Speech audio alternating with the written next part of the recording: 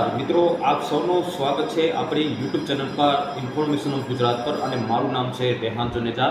મિત્રો, આજે આપણે આ વિડીયોમાં વાત કરીશું કે હવે ગુજરાતમાં વરસાદનો રાઉન્ડ ક્યારથી શરૂ થશે, બીજો રાઉન્ડ ક્યારથી આવવાનો છે અને જે આ રાઉન્ડ આવવાનો છે એ ટૂંકું અને મતલબ કે રાઉન્ડ તો 3-4 દિવસનો હશે પરંતુ નાનકડો રાઉન્ડ છે વરસાદનો. બહુ મોટા વિસ્તાર આ વરસાદનો રાઉન્ડ નહીં લે અને આ સિસ્ટમ છે એ ફરી ટર્ન મારી મતલબ કે વળાંક મારી અને ફરીથી આ સિસ્ટમ છે એ અત્યારની સ્થિતિ પ્રમાણે ગુજરાતના ઉત્તર ગુજરાત અને કચ્છથી આ સિસ્ટમ પસાર થવાની શક્યતા હાલ આપણે લાગી રહી છે. તો આ વિડીયોમાં બધું એનો ડિટેલ આપણે જાણીશું અને કયા કયા વિસ્તારોમાં આ સિસ્ટમની વધુ અસર થશે અને 21 તારીખથી લઈ અને 23-24 તારીખ વચ્ચે કયા કયા વિસ્તારોમાં વરસાદની શક્યતા વધુ લાગી રહી છે આપણે આ વિડીયોમાં જાણીશું. તો હજુ સુધી આ ચેનલને સબસ્ક્રાઇબ ન કરી હોય તો ઇન્ફોર્મેશન ઓફ ગુજરાતને સબસ્ક્રાઇબ કરી લેજો, સાથે સાથે વિડીયોને લાઇક આપી અને દરેક ગ્રુપમાં શેર કરજો જેથી અન્ય મિત્રો પણ આપણી ચેનલ સાથે જોડાઈ શકે અને અન્ય ખેડૂત ભાઈઓ પણ આપણી ચેનલ સાથે જોડેલા રહે.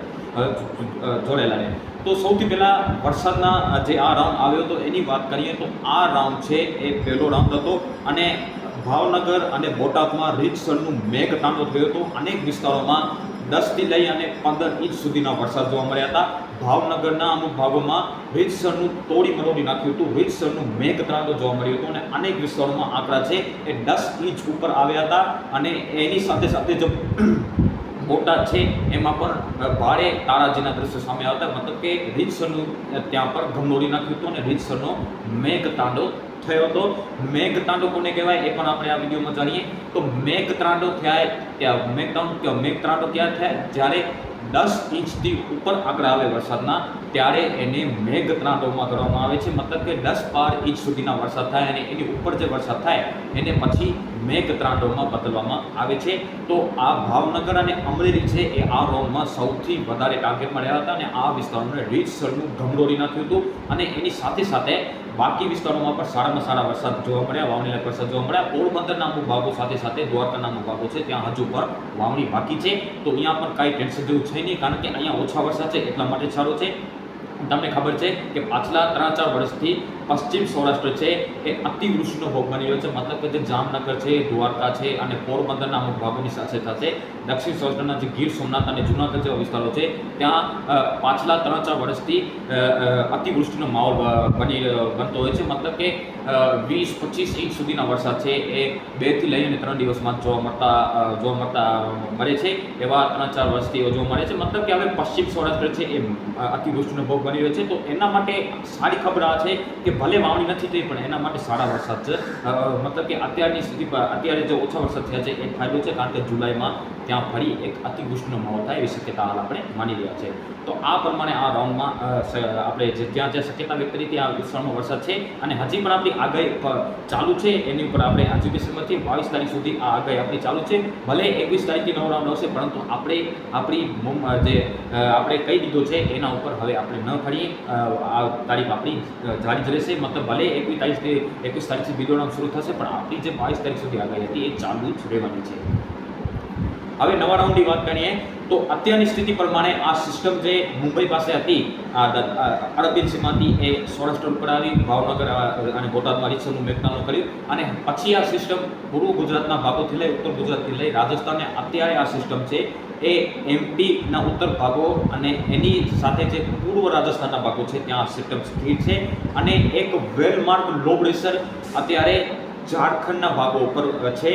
આ વેલમાર્ક લો પ્રેશર સિસ્ટમ ધીમે ધીમે આગળ વધશે અને આ વેલમાર્ક લો પ્રેશર સિસ્ટમ આગળ વધશે શું થશે કે જે આ સાયક્લોનિક સર્ક્યુલેશન જે આપણા ગુજરાત ઉપરથી ગયું પસાર થયું છે એ અત્યારે રાજસ્થાન લાગુ અને એમપીના ઉત્તર પૂર્વ ભાગો પર છે એને રીતસર ધક્કો મારશે અને આ સિસ્ટમ ફરી ટર્ન મારી અને ઉત્તર ગુજરાતના ભાગો અને કચ્છના ભાગો પર 22-23 તારીખ આસપાસ આવે એવી શક્યતા હાલ આપણે માની રહ્યા છીએ. 21-22-23 તારીખ આસપાસ આ સિસ્ટમ ઉત્તર ગુજરાત અને કચ્છના ભાગો પર આવે એવી શક્યતા છે.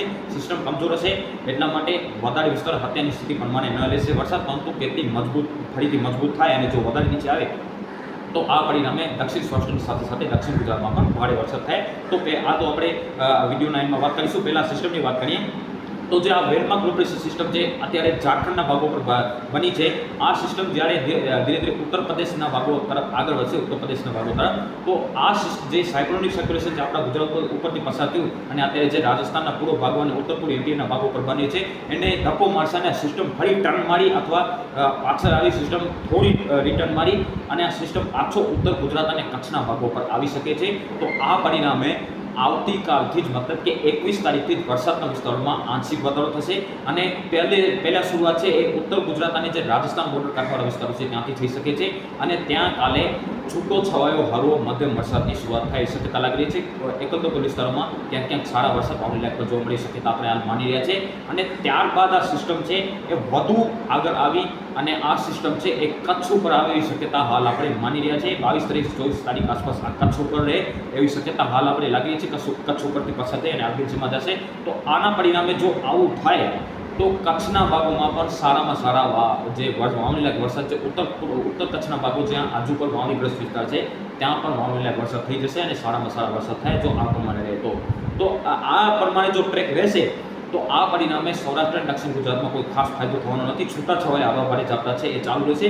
મધ્ય ગુજરાતમાં પણ આ પ્રમાણે જો ટ્રેક રહે તો આ પ્રમાણે મધ્ય ગુજરાત, દક્ષિણ ગુજરાત અને સૌરાષ્ટ્રમાં ખાસ શક્યતા આપણે ન માનીએ. છૂટાછવાયા આવા ભારે ઝાપટા અને એકંદર વિસ્તારમાં હળવા વરસાદની શક્યતા હજુ પણ સિસ્ટમના કારણે રહેશે, પરંતુ સારા વરસાદની શક્યતા અત્યારની સ્થિતિ પ્રમાણે ઉત્તર ગુજરાત અને તેની લાગુ કચ્છના વિસ્તારોમાં હાલ આપણે માની રહ્યા છીએ. જો આમાં કંઈ ટ્રેકમાં ફેરફાર અથવા કંઈ પણ ફેરફાર હશે તો એના માટે આપણે આવતીકાલે વિડીયો બનાવીશું અને તમને બતાવીશું કે હા હવે ફેરફાર થયો છે, પરંતુ અત્યારે પણ ફેરફાર સંભવ છે અને જો સિસ્ટમ ધારે કરતાં વધુ નીચે ચાલી તો આ પરિણામે સૌરાષ્ટ્ર અને દક્ષિણ ગુજરાતમાં સારામાં સારો લાભ સૌરાષ્ટ્રને પણ મળે એ શક્યતા હાલ આપણે માની રહ્યા છે. જો કે એવું કંઈ હશે તો તમને અપડેટ આપવામાં આવશે. અત્યારની સ્થિતિ પ્રમાણે કચ્છ અને ઉત્તર ગુજરાત છે સૌથી વધુ પ્રભાવિત થશે અને ત્યાં છૂટો છવાયો હળવો મધ્યમ અને સીમિત વિસ્તારમાં ભારે વરસાદ 22, 23, 24 તારીખ આસપાસ ચાલુ રહેશે અને મજબૂત રાઉન્ડ આવી રહ્યો છે જૂનના એન્ડમાં. 25, 30 તારીખ આસપાસ એક મજબૂત રાઉન્ડ આવવાનો છે, તો એના માટે પણ આપણે આગળના વિડીયોમાં ચર્ચા કરીશું અને આવતીકાલે સવારે વિડીયો બનાવીશું અને કહીશું કે આ જગ્યાએ કયા વિસ્તારમાં વરસાદની શક્યતા છે. અત્યારે આ અપડેટમાં આટલું જ એટલું બતાવવાનું હતું કે આ સિસ્ટમ છે ફરી ટર્ન મારી અને ગુજરાતના ભાગો પરથી થઈ અને આર્ગેન્સીમાં જાય શક્યતા છે